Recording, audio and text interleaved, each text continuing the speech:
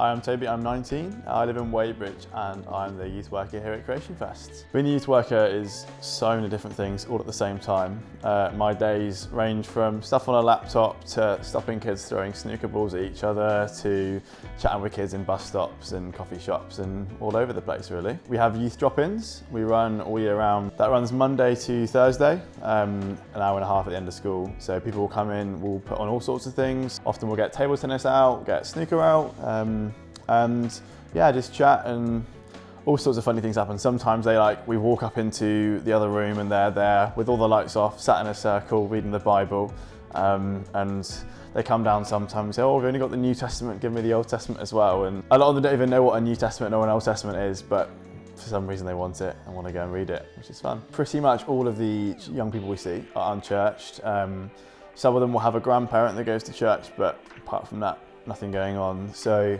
they've got no experience of church or faith, and the first time I've heard of Christianity often is from us and hear about what it really is. The funniest question I've been asked by youth, I probably can't repeat it.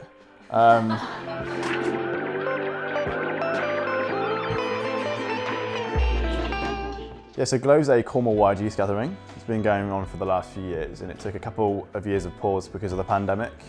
And then on the 24th of April, we relaunched it. I had a big gathering at a church called the Engine House down in Redruth. Had 123 young people coming along and we just got to experience so many different activities. And so we started off we had football, we had video games, there were tacos made by the YWAM crew.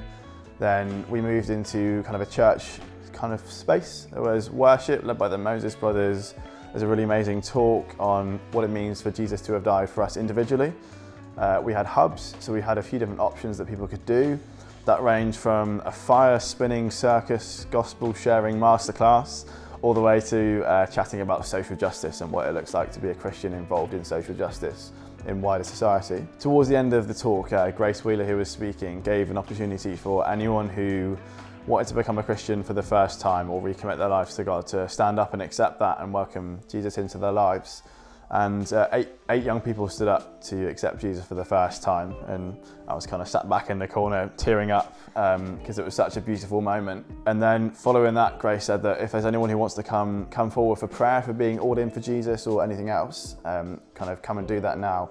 We had so many young people come forward wanting prayer and yeah, wanting to grow nearer to Jesus. One of the things we find that happens every single Glow is that young people go there and they see other people from their school, they see other people from their year groups, other people from their classes, and they find out that there's another person who's a Christian in their year, which is just, yeah, it's so beautiful. And it's really exciting that we had one event, but Glow's going to come back next year. So we're going to have 4 Glow gatherings with special guest speakers, special guest worship leaders.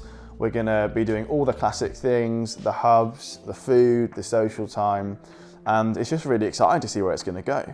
It's really exciting to see that more young people are going to get the chance to encounter Jesus, to encourage faith and to explore friendship. Just, yeah, one of the highlights of my year was that Glow event.